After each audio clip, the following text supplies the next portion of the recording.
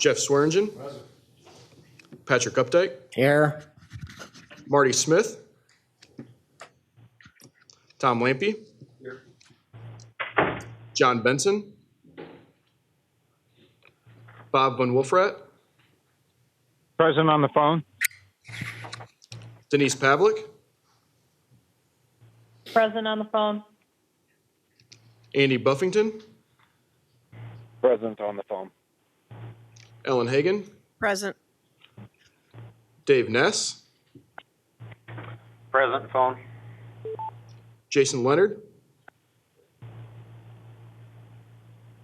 Rob Rotter. Here. Mike Casper. Carol Lund Smith. Present on the phone. Larry Smith. Present on the phone.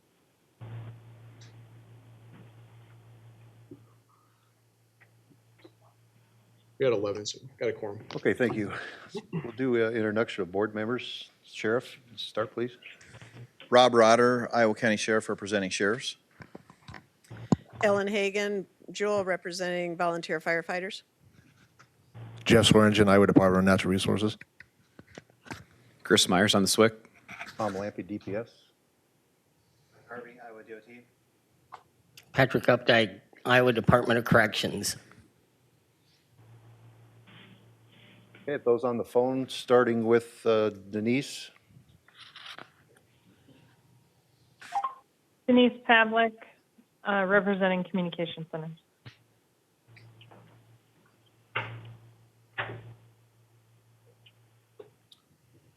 Dave Ness, are you on the phone? Buffington Communication Centers. Okay, Andy. Yes, Dave Ness, Municipal Police, Des Moines.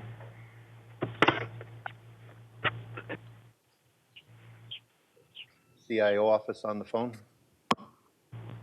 Yes, Bob Van Wolfrat, State CIO. Is there anyone that I'm missing on the phone? Larry Smith. Okay, Larry, is there anybody else? Carol Lund Smith, Iowa Law Enforcement Academy. Okay. Looking for the approval of today's agenda. If I could get a motion for that, please. Jeff Swearingen, to a second. Second. Ellen Hagan, second. Any further discussion? All in favor? Aye. Opposed? Move on to meeting minutes from April 12th. I get a motion for that, please. So moved. Ellen Hagan. Do you have a second? I'll second. Second, Sheriff Rotter. Any further discussion? All in favor? Aye. Opposed? Thank you. SWIC report. Thank you, Chair Lampy. Just a quick announcement is that I'll be headed to the joint SAFECOM National Council SWICS meeting in Portland next month to discuss interoperability from many different aspects of the spectrum. If there are some topic materials you would like to see developed from within that group, please let me know. I'm happy to request that type of thing on to the people who are in charge of the agendas. I will also be participating in some executive meetings regarding P25 LMR communications. So if you have some concerns on standards or questions on functionality or features, please let me know. I'm very happy to pass those on.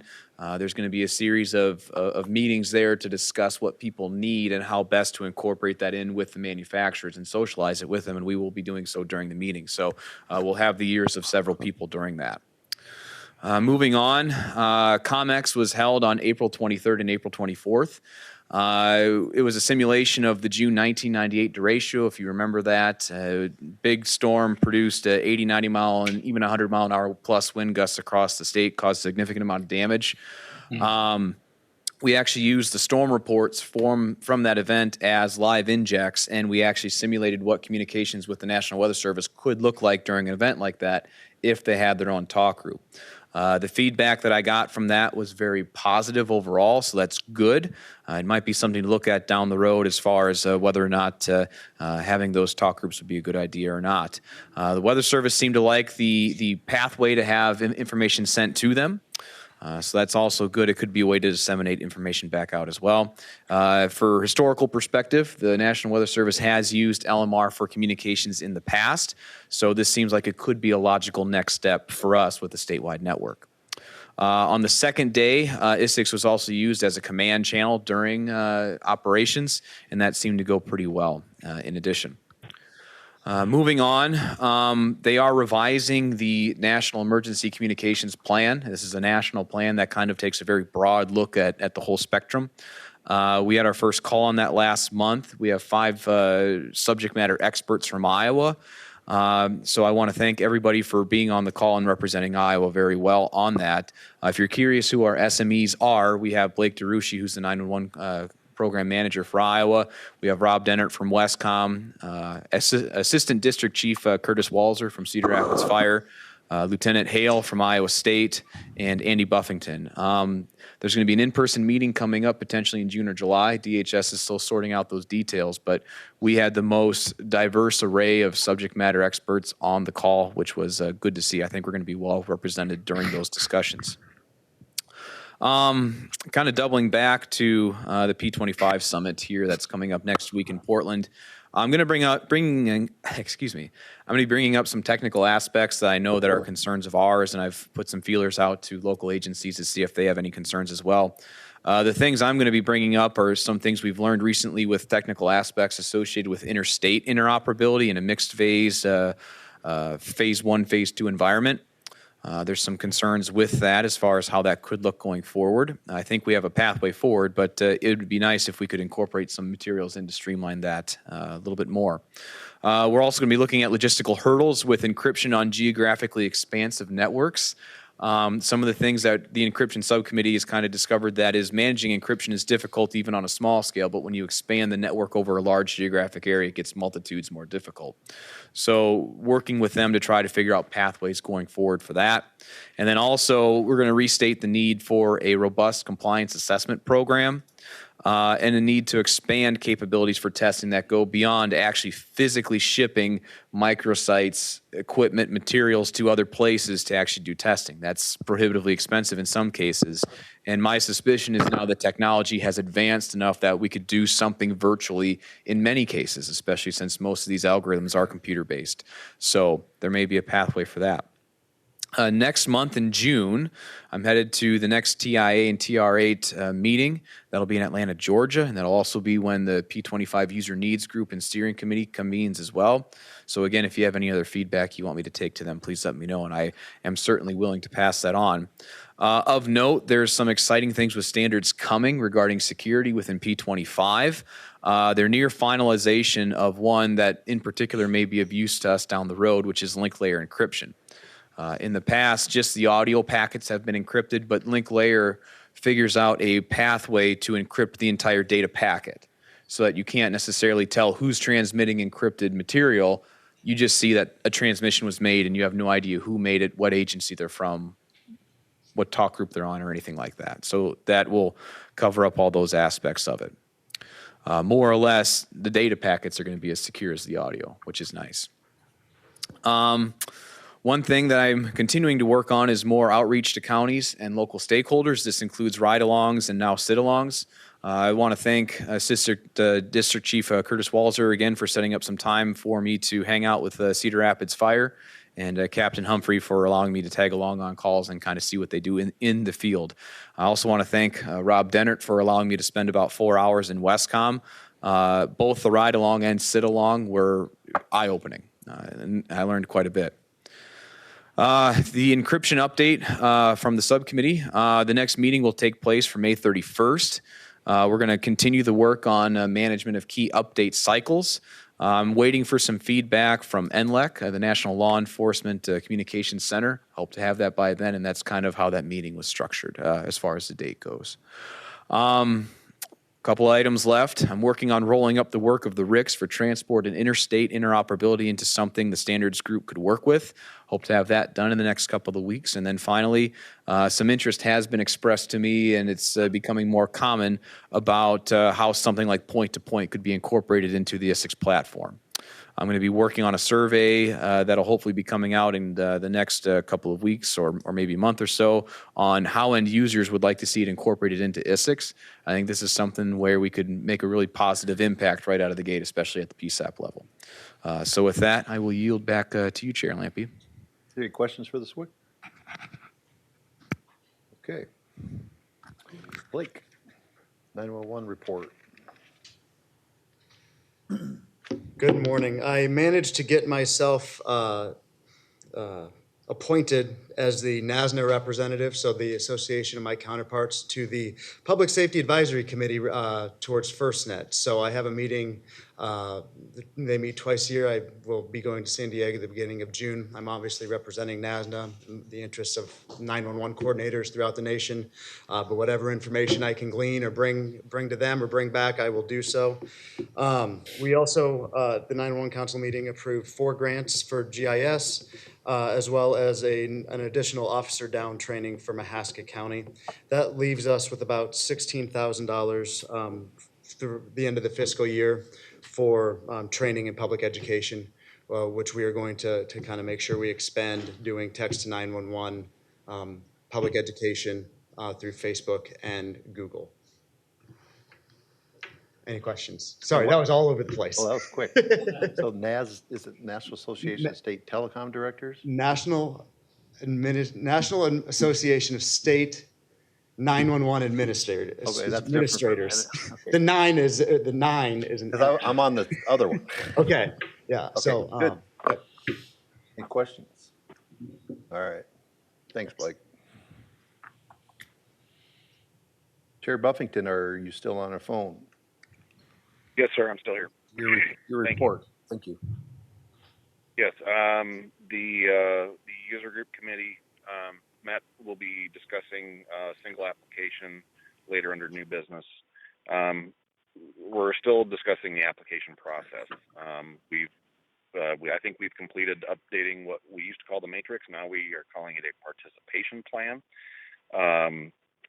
And essentially, some of the things we talked about is better communication, outbound communication, so that the applicants understand when they apply on behalf of another entity, not necessarily their own political subdivision, that we're asking for letters of consent of some sort, whether it's an email or an actual letter, so that at the end of the day, that everyone who has skin in the game understands what that all means. So really that was about it for the call, other than Montgomery County applied and were approved as a level 4 user. From the user group level, that will be in front of the board.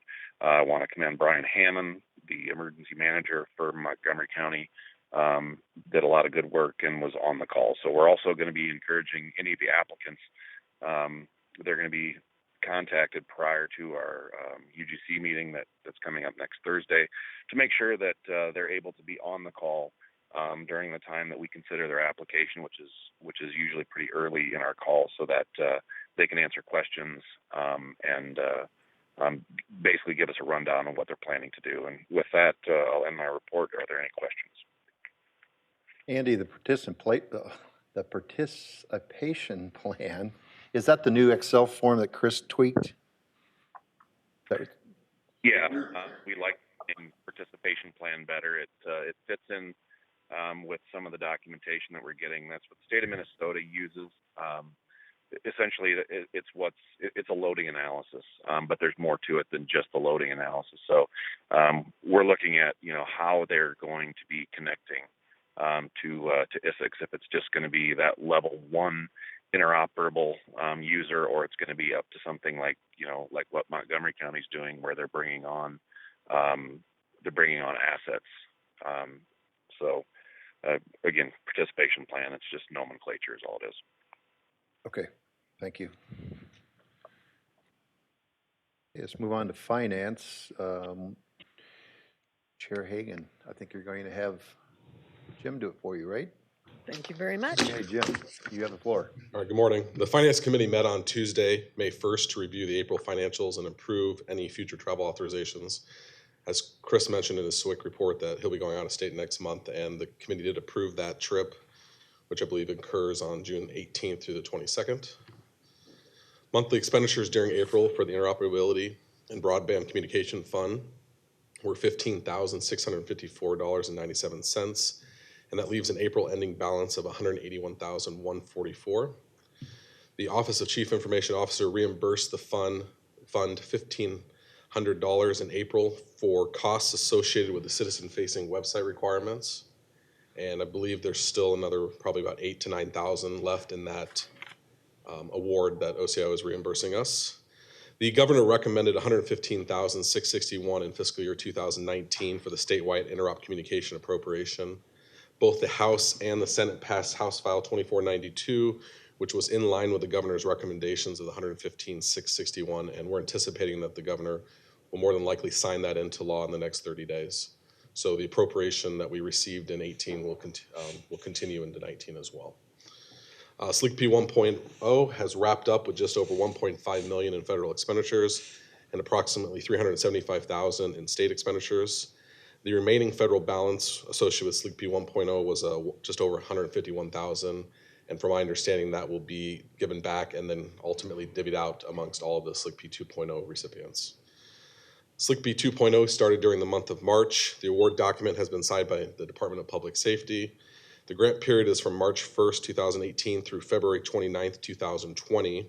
This is a multi-year award at a current total federal amount of just over $610,000.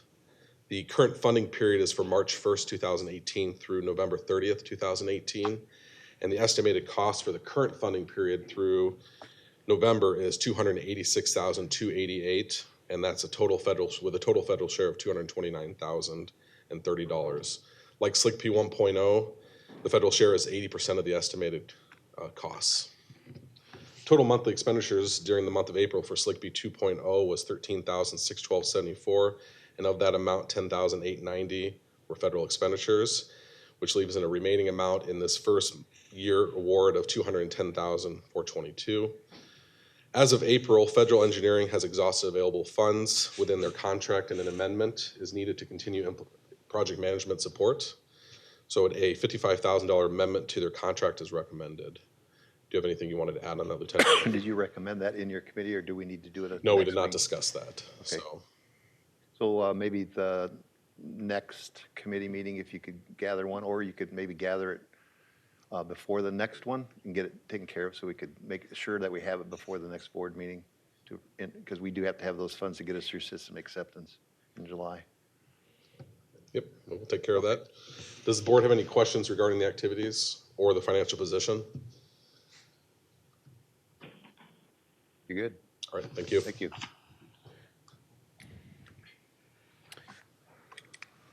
Ethan, did you say John was going to be on at 11, or is he on the phone? He had a meeting until 11. Okay. Is Dave Ness the vice chair of that committee? Dave Ness, can you give some type of governance report, or do you want us to come back?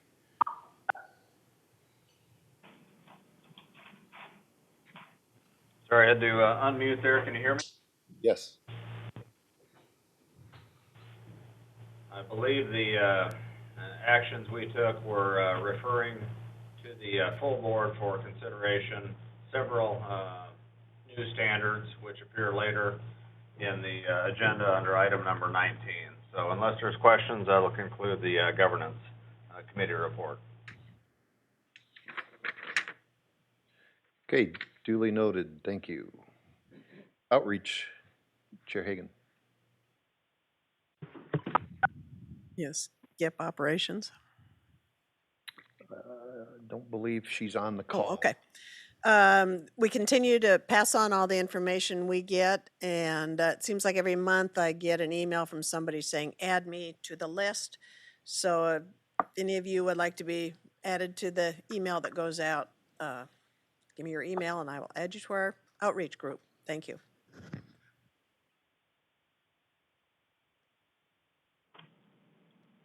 Okay, is Sean here?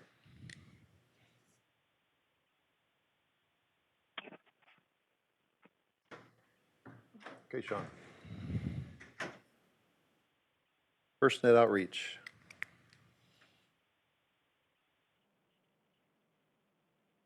So what we've been working on is our next outreach event, which is if we online on our website and the calendar if you want to attend. There's still openings. One of the things we're kind of looking at right now is kind of a call tree. We're going to start asking board members, if you would, please reach out to a minimum of 3 people and say, hey, look, we would like your help.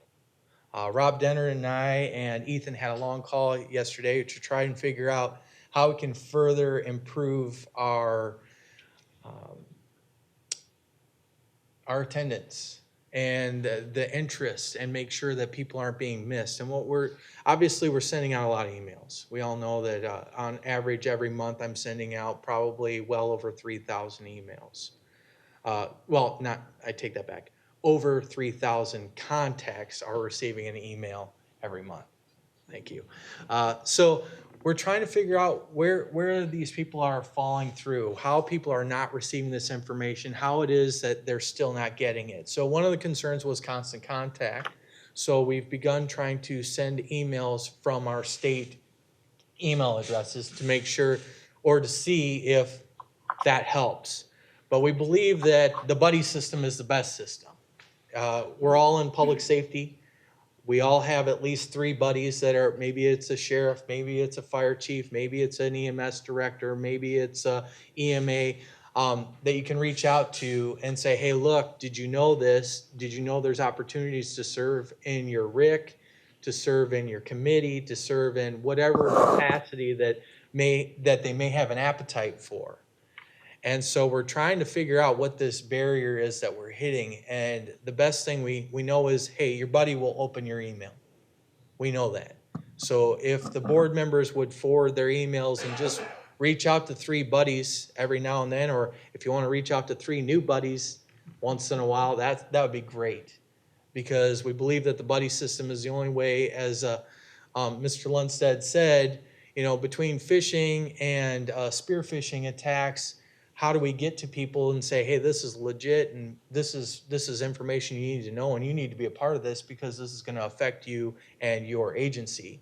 So we believe that the buddy system will help us get in and help people know that this is legit and this is something that they need to be a part of. I do have one quick thing I was going to show today. We do have the map online. I know a lot of people have been asking about the map and where's my agency? So we've been working diligently. After last board meeting, we spent probably about a week going through and making sure that we had all the agencies accounted for that we believe are in the pipeline or somewhere working on joining Isicsb. Now, I will say that the statuses of these is a work in progress because we're trying to make sure that Chair Buffington, of course, as the UGC chair, has final per se and preview, but we wanted to make sure that you saw that we have made progress and there is something up there, and you'll now be able to start watching as little dots start popping up saying, hey, they're approved, hey, we're online, as well as the whole process workflow of when you join and how you go through the UGC, how you go through the Isicsb sysadmin team, how you do all of that, and then of course, that confirmation. You need that handshake to say, hey, yes, you're approved. Yes, the board recognizes you. Here's your certificate. It's official. Now you know we have this 2-way communication. And that's something we've all been working on very diligently because a lot of agencies have said, hey, we feel like you forgot about us, or we sent our application in. So as you can see, as you start moving through the process, again, if you see your agency on here and it's not a green or a blue, understand that will be corrected in the next 2 weeks when we work with Chair Buffington and start setting you to your appropriate status. But as you can see, right now we have 51 agencies currently in some form of part of the Isicsb platform. If you go underneath here, you can see, you can sort by agencies, county, status, and then if you click on the bubbles, you can see who that agency is. Now, this does not indicate what level of user they are. That is not displayed anywhere on here. All it says is that you are using the Isicsb platform or that you have you're in progress or approved or online using it actively. And I know there's several agencies online using actively, and they will be, the bubbles will be changing here, like I said, in the next week or two. So if there's any questions about that, I'll be happy to answer that. How does that integrate into the colored map on our website? The one that we had before, where it colored the counties, which is outdated? That's a different thing. That was completely different. This is completely different So are technology. we doing away with that one then and using this one? That was on a county by county basis. This is on an agency by agency basis. Okay. So that one worked well for outreach, saying, hey, we visited this county, we checked the box. This county has had their outreach meeting. This is very specific. This agency applied. This agency is in process. We are making updates to the website, of course, all the time. But if there's any questions, I'd be happy to answer. The outreach, we're making some adjustments. We've heard a lot of things about the locations and the logistics. And understand we're doing our best. We're constantly working with the LMR platform, the Isicsb, and Motorola to say where would you like to have this, as well as AT&T. So we're coordinating that, and we're going to make an attempt. No guarantees to try and make those more central to the regions, so you don't have to drive 4 hours from one corner of the region to the next. We're doing our best. I know I've received a lot of emails, and I've explained this in how many board meetings and council updates, but we're doing our best to move those logistics so that it is more central, so that everybody can attend. And of course, sending out the messages and making sure that people do attend, because nothing is worse than coming in and then only seeing 12 people and 3 or 4 of them being our outreach people or vendors. So that's why the buddy system is so critical to our success and the continued outreach efforts. What do we think is happening to those 3,000? It's going to the junk mail, or? I can only Any idea? speculate. Everything I would say would be speculation. I have to assume that between spam filters and any type of filters, especially with public safety, I would assume, as a previous system administrator, I know I would turn it up big time, because I would hate for a phishing or a spear phishing attack to happen to my public safety people. So I would have to assume that if they think like I think, they would turn up the filters and be blocking everything unless it's a pre-approved. Who asked the sheriff, do you get it? Or, Yeah.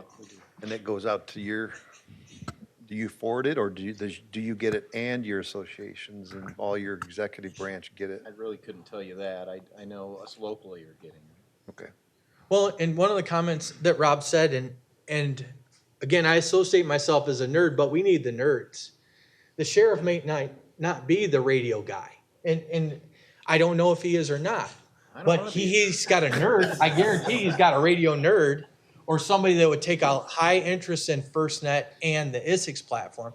And really, if the sheriff has his committees, but there's going to be somebody in his office that's passionate about this. We want the passionate people, and I'm not always saying it's going to be the nerd, just because we're talking about tech stuff, and that's what I would gravitate to. But there will be someone interested in that office. And so, again, this was a long conversation with Rob Dennert. I know I've had conversations with a lot of you. We don't know who that person is. You know who that person is. I can only send it to the sheriffs and the police chiefs and the fire chiefs, because that's the person of record that I have as contacts. I don't have your whole agency.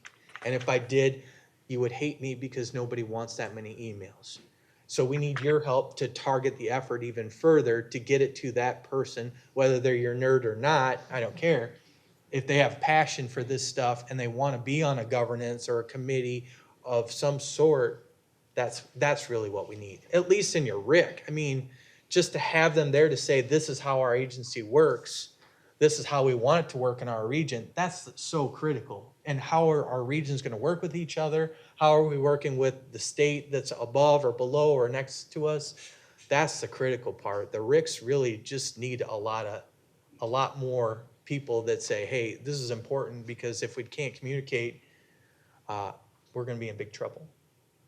So you want us to send stuff to these three peoples, or would you like us to give you a door to these three peoples? I would prefer you. Okay, In all that's- honesty, because you know who are the people, and if you don't, you probably have a lieutenant, a sergeant, somebody in your office that you send this stuff to, and you say, "Hey, look, you're the person who is passionate about this, or your team is the team that's passionate about this," or that's all I. Okay. Because that's the only way this is really going to help us move to the next level. It's kind of like when you're working out and you hit that plateau and you can't get beyond it. That's kind of what we're at right now, is we need to find what it's going to take us to get to that next 10 or 20% that we want to connect with.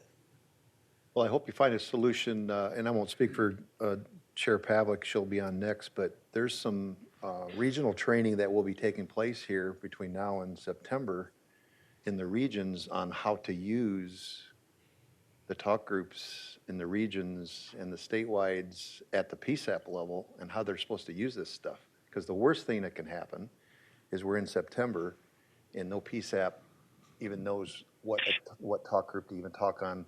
Or do we still talk on LEA? Do we still call on point to point? I can see that happening, and if we don't get the distro list, because those meetings will be crucial to attend. If you don't attend, you'll be in the dark. You won't know how to use it at the PSAP level. Right. And so I'd like to make sure we figure out a way to make sure we get those out. Well, and on the PSAPs, we're also sending it with Sherry Barker on the Wednesday weekly TTY. That will be a standing place for us. We also attend the PSAP supervisor meetings typically. And then I also send it to the 911 POCs and emergency managers and the sheriffs. So I'm really trying to hit those PSAPs as hard as I can. It's just, like I said, if their filtering system is up and they're anything that doesn't say .gov or .something that's approved, I just have to assume that has to be one of the walls we're encountering. It may not be the only wall, but that's got to be one of them. Yes, sir. This might be a thing in the past, but many years ago, I seem to recall a way to get an outgoing email server whitelisted with various spam filters. Is that still a thing? And if so, is that something we could look at potentially investigating to see if it is a course going forward? It is, of course, we can investigate. The main thing, though, in my opinion, is going to be on that agency's side. Whatever system they use, if they consider that spam or not, that's where they control their own whitelist. There are systems out there, but of course, when you're a behemoth like a Constant Contact or something like that that constantly sends messages, they're already whitelisted as far as Google and all those places are concerned. But it's at the agency level, their technology, their technicians that are controlling it. They're the ones who are saying, hey, these guys are already getting 1,000 emails a day. They don't need one more from a mass email system.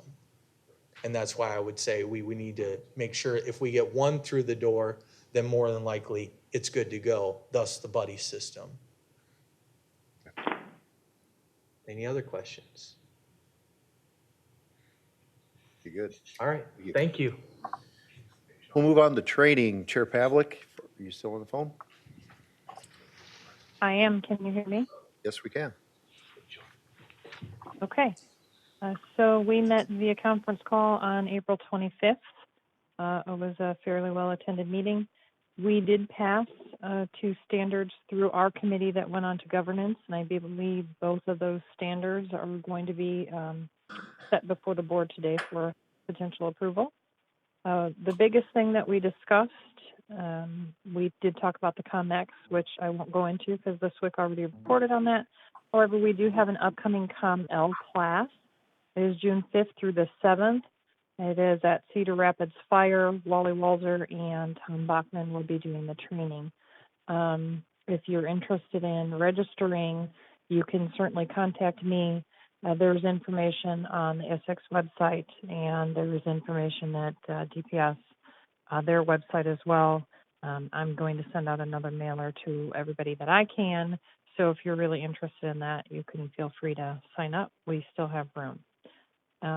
We did kind of talk about one of the things that we were a little bit concerned about were some needs for those classes. I think we need to look at, which we'll discuss in our next training meeting.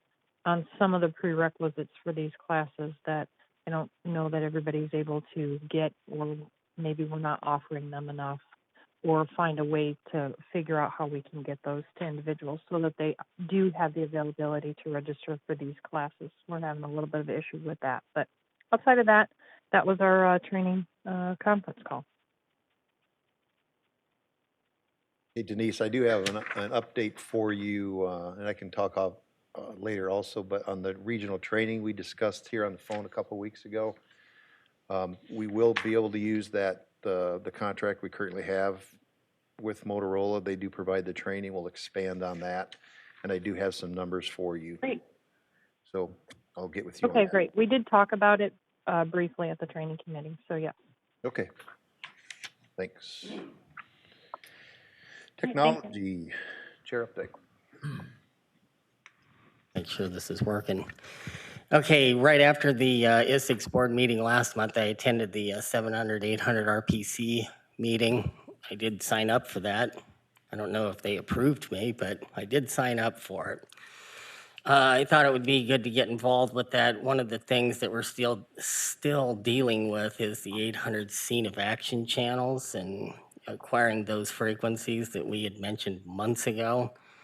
That's going to be dependent upon how the 800 RPC changes some of their wording, because that wording needs to be defined in order for the FCC to say we can go ahead and use those frequencies. So as we progress through that, we'll keep you updated. The Technology Committee met on the 26th of April, 1st of May. One of the discussions was the 700 meg air to ground channels. Due to some recent changes, we're trying to figure out who's going to license them. Most of these frequencies that have been licensed over the past have been licensed by people within DPS.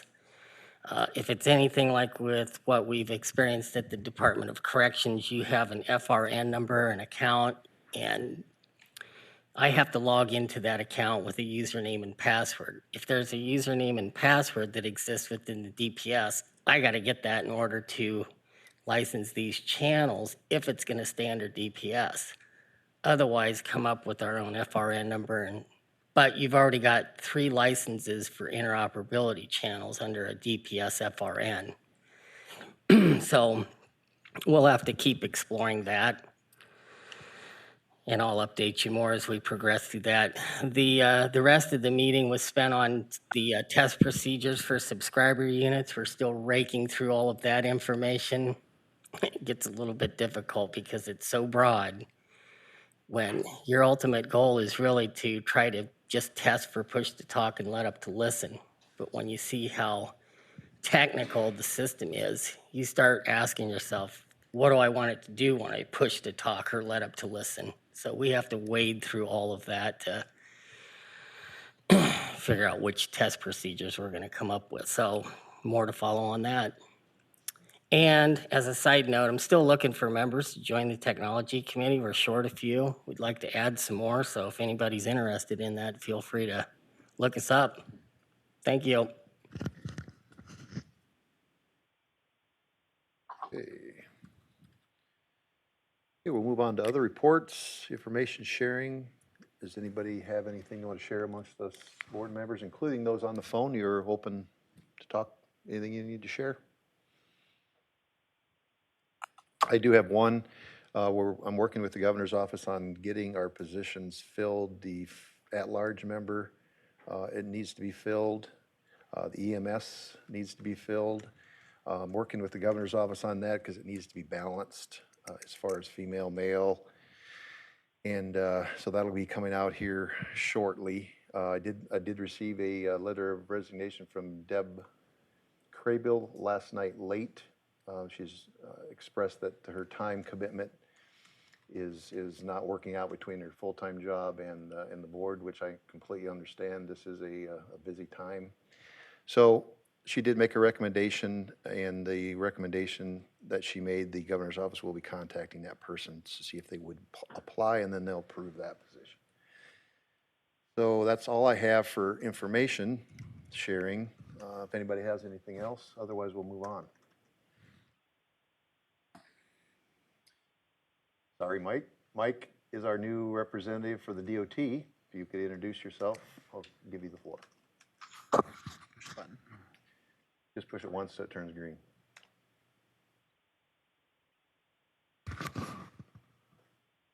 I'll gladly give you mine. Here you go. Mike Harvey, representing Iowa DOT, Jeff Sunholm, recently left Iowa DOT, so I am in his place. I serve as the Director of the Office of Support Services for the Iowa DOT, so Welcome. thank you very much. Bet. And what committee were you going to be on? Whatever one you assign me Okay. to. Look forward to participating. You bet. Okay, it's time for the Motorola Project Manager. I believe we have Nick today instead of Melvin.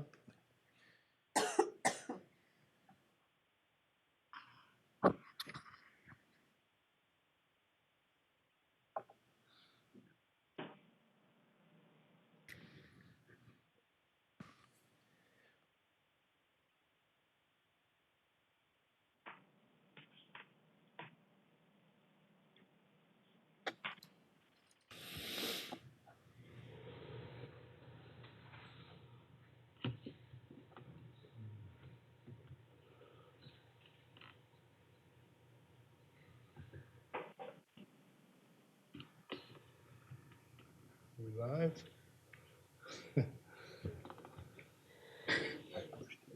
Is it there? Okay. Let me get to the slide view.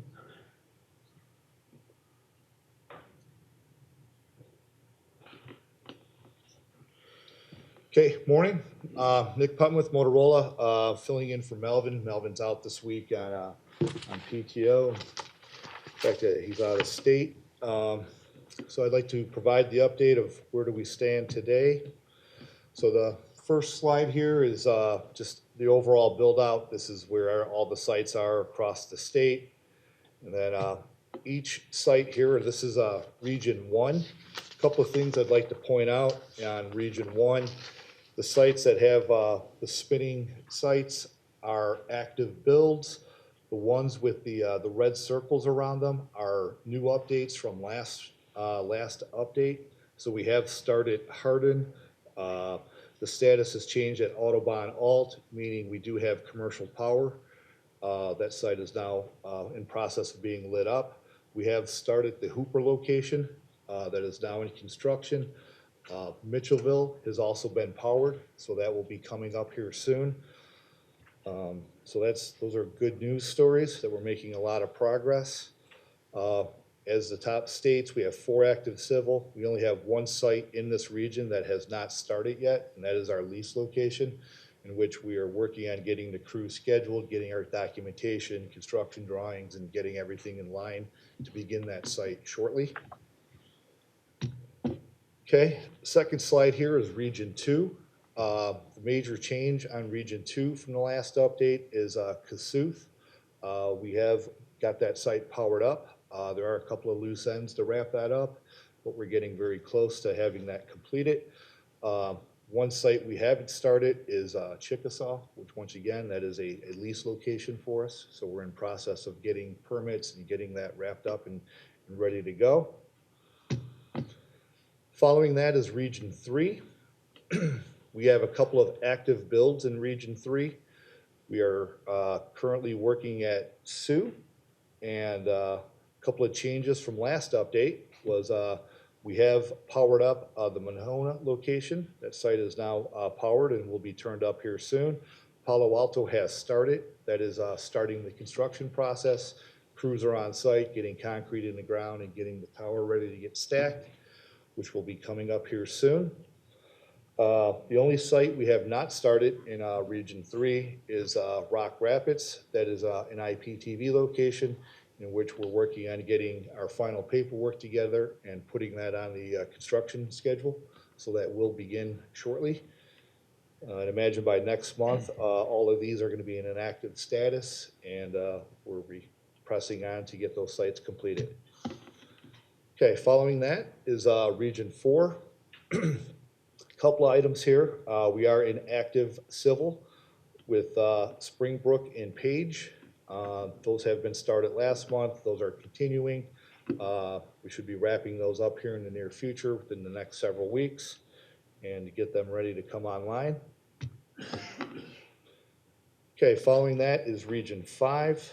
No change from last update. There's no circles here. I'm following Melvin's methodology where he does all the circles and so forth. But we still are active at Loiza and what is that last one here? Beaverdale. Those are very close to being wrapped up. Crews are on site. Should be getting them wrapped up here in the next couple of weeks. A couple of locations we have not started. We have 2 lease locations, which is Davis and Muscatine, same as the others. We're working with them to get our drawings together and permitting, and those will be started shortly. And last but not least is Keosauqua, which is an IPTV location. We're basically in the same status. We're working on finalizing the paperwork, making sure we're all on the same page, and then we will get crews on site here shortly. Okay, last region is Region 6. No major changes from last update. We are currently active at, we're to be active here at DeWitt. We're active at Zwingle. And there is 1 lease location here, which is Dubuque, which will be started here in the next couple of weeks. And then we'll get that region wrapped up. Okay, following that. So this is just a high-level summary of where we're at.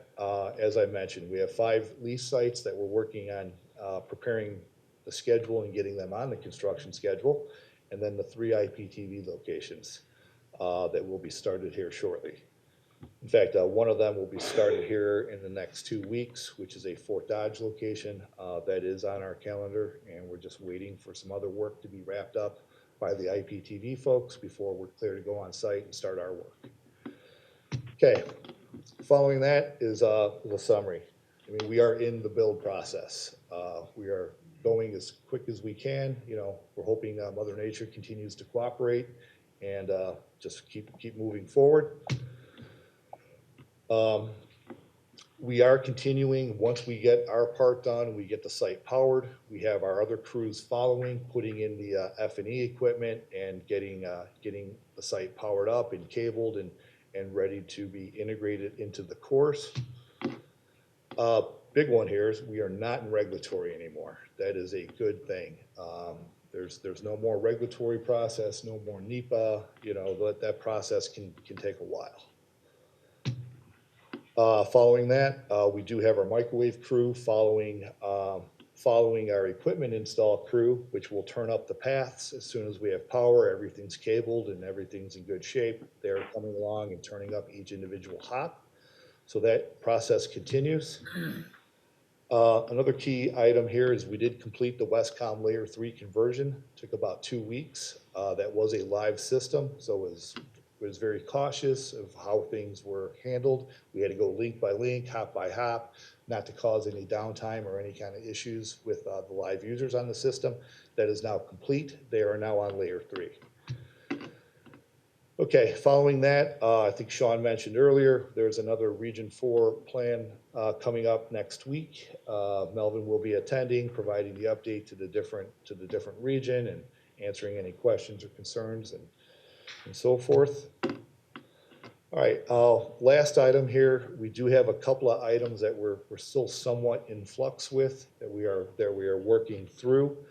The first item here is we are going to send a couple of the cores that are in the field back to Schaumburg to do a software upgrade. The reason we're doing that is since there is a lot of live users on the current core, we're going to take these cores back, perform the upgraded and controlled environment. So when it comes back, we can switch everyone over and have no impact to the users that are on the system today.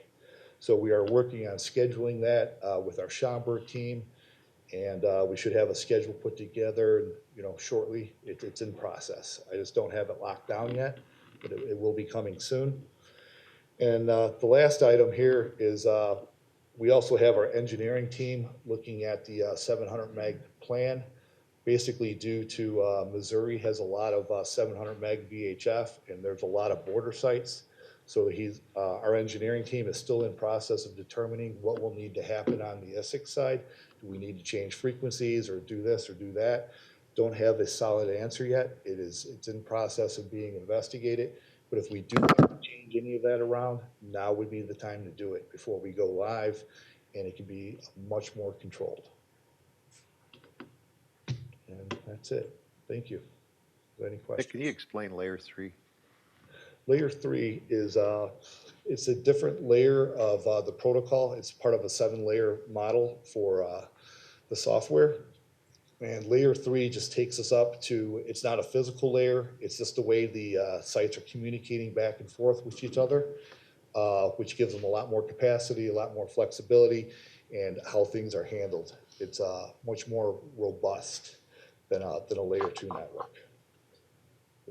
High level, and there's a lot more detail behind that. Okay. Thank you. Okay, thank you. All right. Okay, we'll move on to the FirstNet AT&T update. As you know, we're also building a FirstNet network in the state of Iowa as well as the United States, and Iowa's a big part of that, as you know, and we'll get an update on that with our vendor AT&T.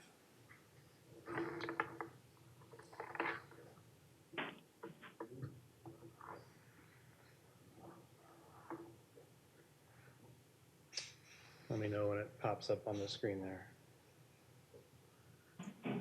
We good?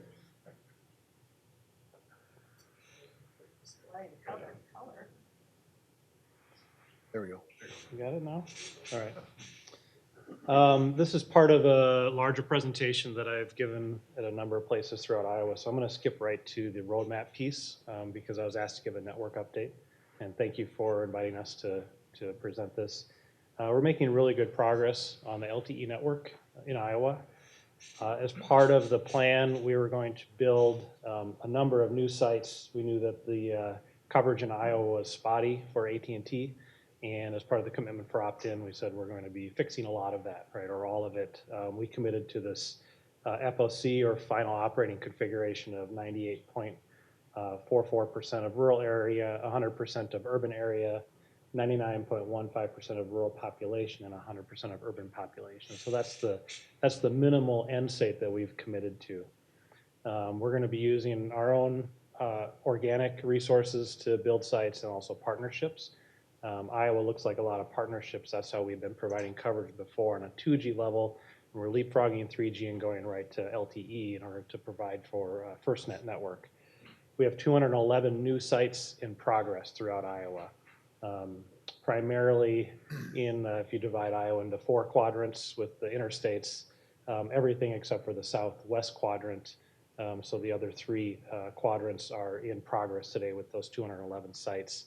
We already have 62 sites on air today of those 211, and I added some of the areas recent.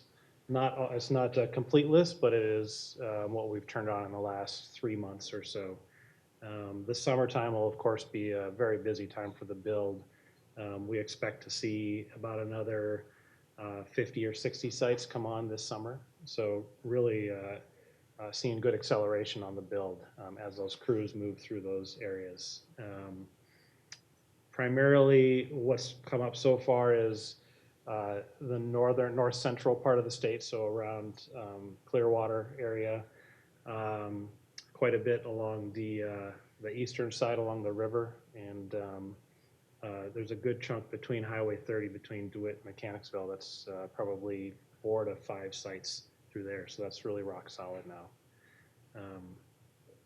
That's the planned update for now. I guess I could add in, we're still designing and contracting for that last quadrant, the southwestern portion of the state.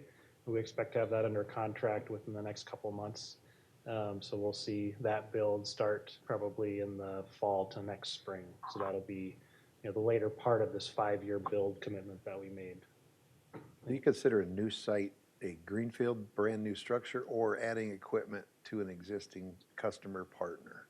Either or. So yeah, a new site would be either of those. Okay. We always prefer to do co-locations. They're faster, and that's why a lot of these sites have come up, because we are working with Lexi and Iowa that have structures and facilities already. So that accelerates this build. Where we can't do that or where our partners can't do that, then they'll build new steel. Yeah.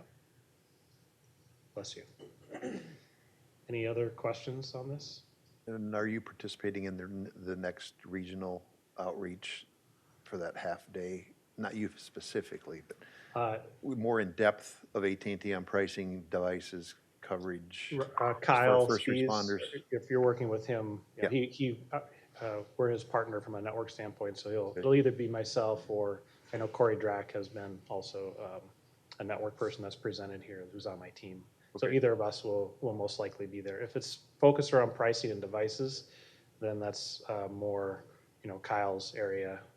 But network wise, it's we'll have we'll either give Kyle an update or we'll present an update at that point because the sites are coming on air on a regular basis. It's fun to see the coverage really improve out there. And that's good because we worked pretty hard with the 99 county tour and the regionals, and now they get to actually see the network actually being on and Yes. the devices that you can use on it. But it's all about the price and the coverage, right?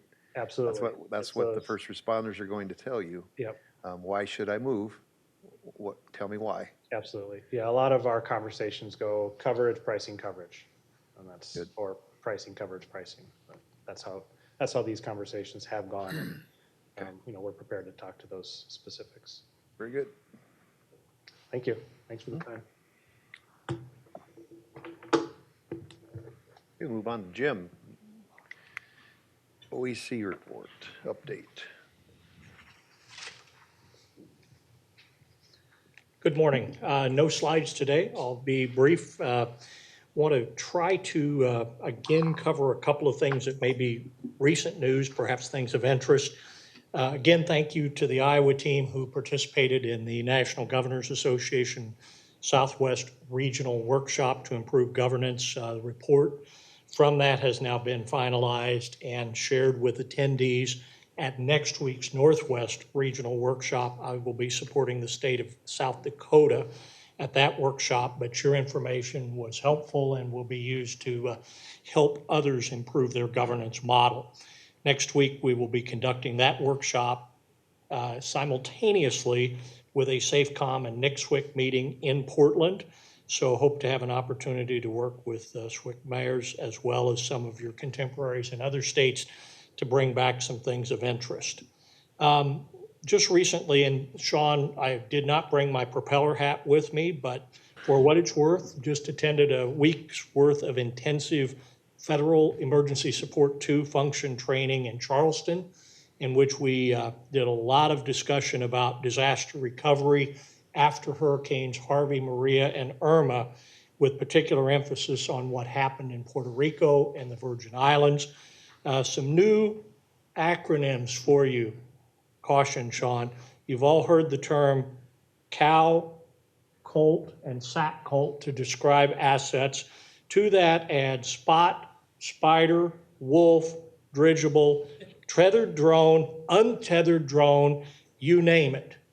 The sky is the limit, pun intended, but the reality is there is much to learn. For example, just at this morning's 911 council meeting, I was able to talk with representatives from Comtech about the implications of what happens when carriers open their networks to each other, such as we did in Puerto Rico to provide greater cellular access. Even though one carrier did not have coverage, there was a symbiotic relationship where the carriers allowed each other to roam. The question I asked during training was, as we develop more and more and more reliance on text to 911, what happens when carrier A, who uses one TCC, perhaps Comtech, perhaps West, roams on another carrier's network who uses the other TCC? Does the caller automatically get a text back if they try to text 911? Because we all know it's about text to 911, then call for many of our youngsters. That's not the message we want to send. I get that, Blake. But the reality is we have to be prepared for that. And they were able to explicitly say, no, they should get a rejection text if there is no known route. But we had a lot of wide open eyes going, so there will be more to learn. mentioned at the 911 council this morning also was there was a credible cyber threat alert that was issued through one of the National Public Safety Associations in the week of April 9th. Many received an alert from APCO that was a credible threat and it was intentional information, but we've identified perhaps some gaps in our messaging methodology. The fusion centers were read in at the high level and there was information shared. Apparently it did not reach everyone. The hope was by going to the associations that we could touch all 16,000 PSAPs, both primary and secondary. Feedback was that that probably didn't happen, so I will take that back and we will see where we can go with that. Final thing I'd like to, well, two final things. The FCC this morning released a public notice regarding their findings and recommendations from the false emergency alert message in Hawaii that occurred in January. That's being released today as recommendations and findings that will be of interest to emergency managers. What did we learn? How do we prevent that? What are the steps to make this system more resilient and less susceptible to false alerts? And the final thing is I'll be working with SWCC mayors. OEC is completing the dust up of our 2017-2018 statewide communications plan, interoperability plan snapshots, which informs us where you are as we begin work on the 2019 rewrite of the National Emergency Communications Plan. Throwing a lot out there, apologize for the speed. Any questions for me? Thank you. Thank you, Jim.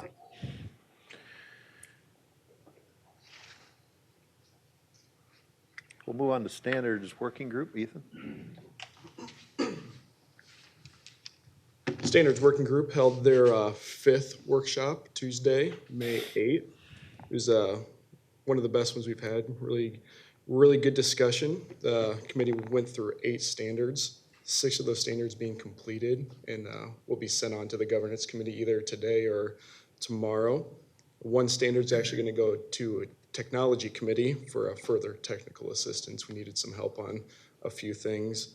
One standard was deemed not applicable for the Isicsb platform.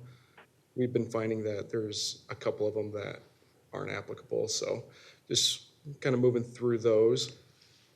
Due to the Memorial holiday weekend, we've moved the next workshop from May 29th to June 5th, just the following week, and that'll be in Dallas County as well.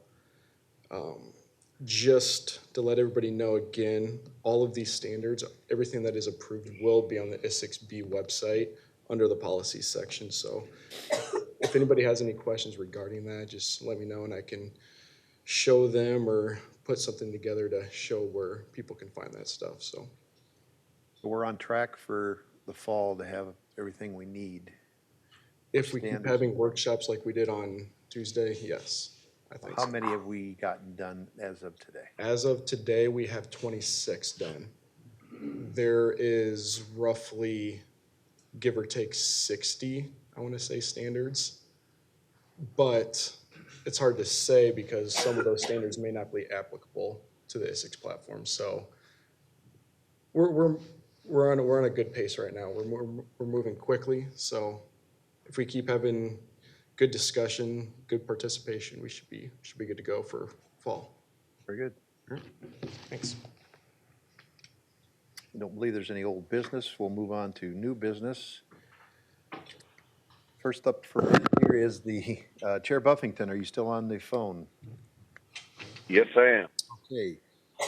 You've got the floor under new business.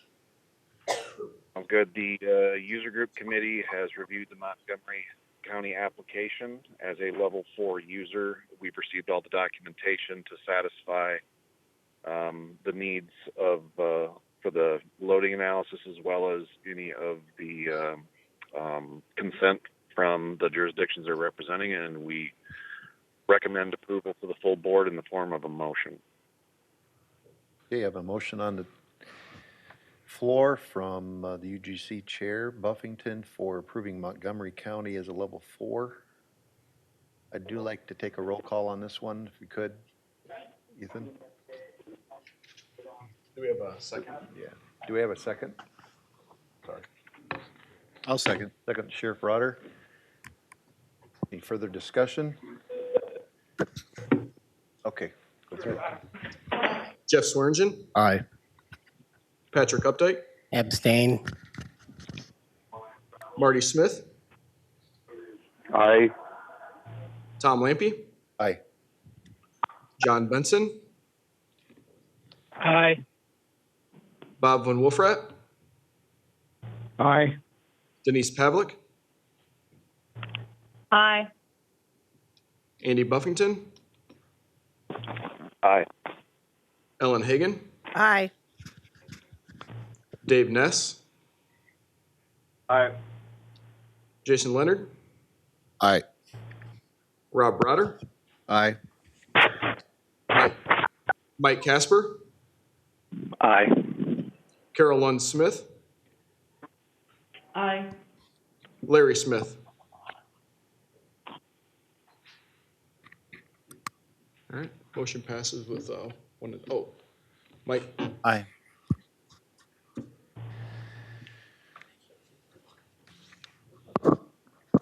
Motion still Okay. passes with one abstainment. Motion passes. Thank you. We'll move on to the ISIC Standards Approval Governance Chair Benson. You have the floor.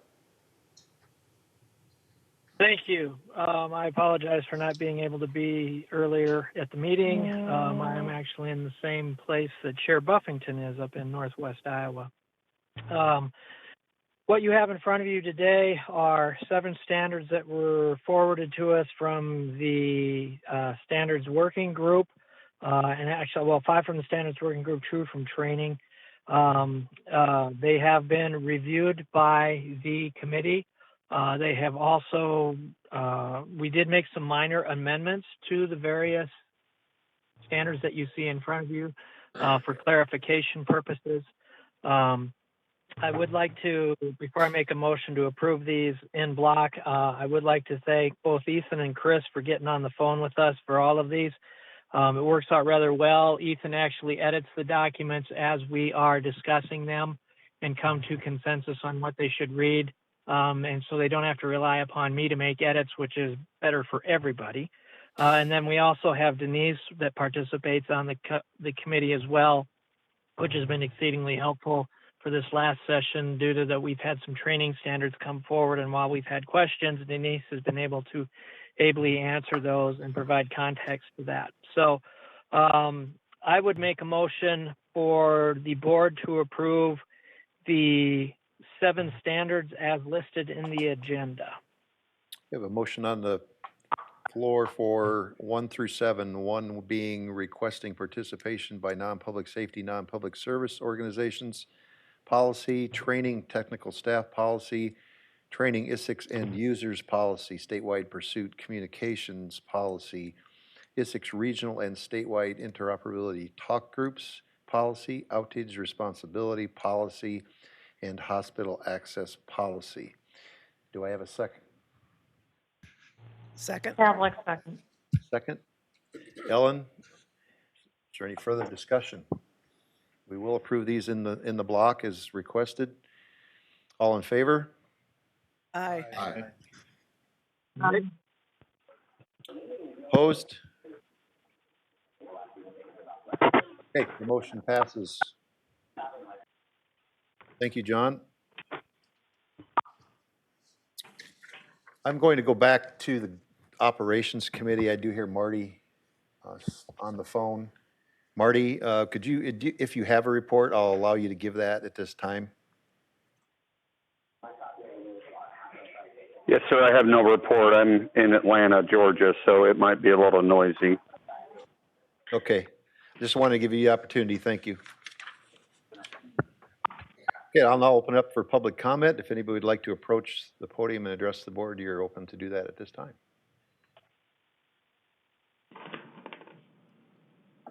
Okay, motion for adjournment. Hey, Tom, this is someone on the phone. Can Sure. someone on the phone give that? Sure, go ahead. Thank you. I apologize. My name is Todd Johnson. I'm the consultant with Mission Critical Partners representing Story County. Earlier this week, we submitted our letter of intent through the proper process to get our initiation started. Helpful feedback has already suggested that we may need to amend that letter of intent because the design, our system design may change slightly over the next course of a couple months. One of the things, as you know, in doing a system design is making sure we know where our sites are. And so one of the things that we're hoping to do is utilize that newly completed Ames Tower. We appreciate that's one of the top 2 towers constructed so far with our system design. We need to understand who we need to discuss to talk to about using that as maybe a site to help us expand our coverage and capacity through our network so we can begin doing our design discussions for our system. And so we're just wondering who or what committee we need to approach to make sure that we can start those negotiations.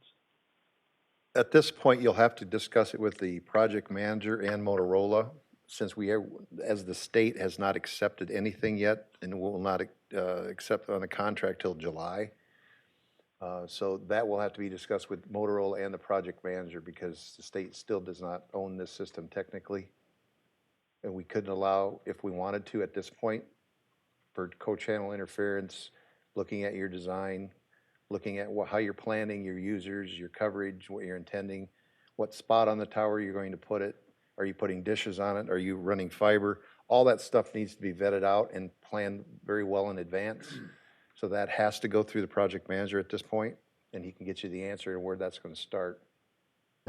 It sounds like our timing for implementation will actually be after system acceptance this July, and that it probably won't be Motorola since you'll actually have accepted the system. You'll have to talk with the project manager. This board can't give you an answer on it this time. Okay, thank you. Tom, I've got a question. Go ahead. You know, we asked for officers and marked cars to do all those. Are you getting response? Chris is in charge of that. I'm sure he can update us all. But that is a monumental chore, and we do need the help. And I'll just let you take the floor, Chris. Yeah, thank you, Chair Lampe, and thank you, Chair Hagan.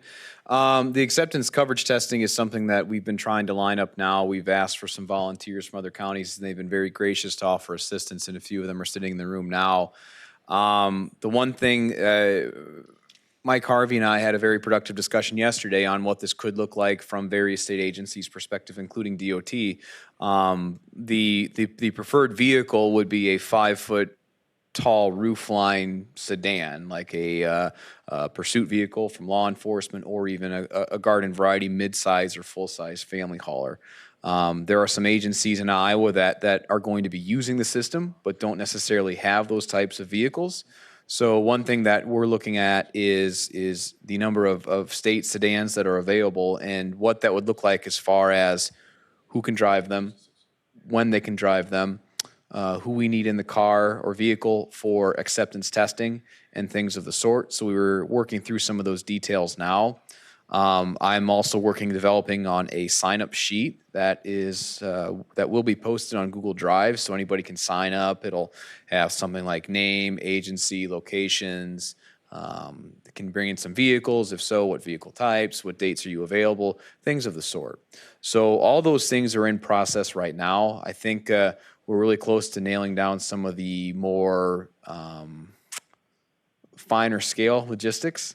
So we should have a really good look at what this is going to entail coming down the road. And again, I'll reopen the offer. If anybody wants to assist us with coverage testing, it would certainly be appreciated.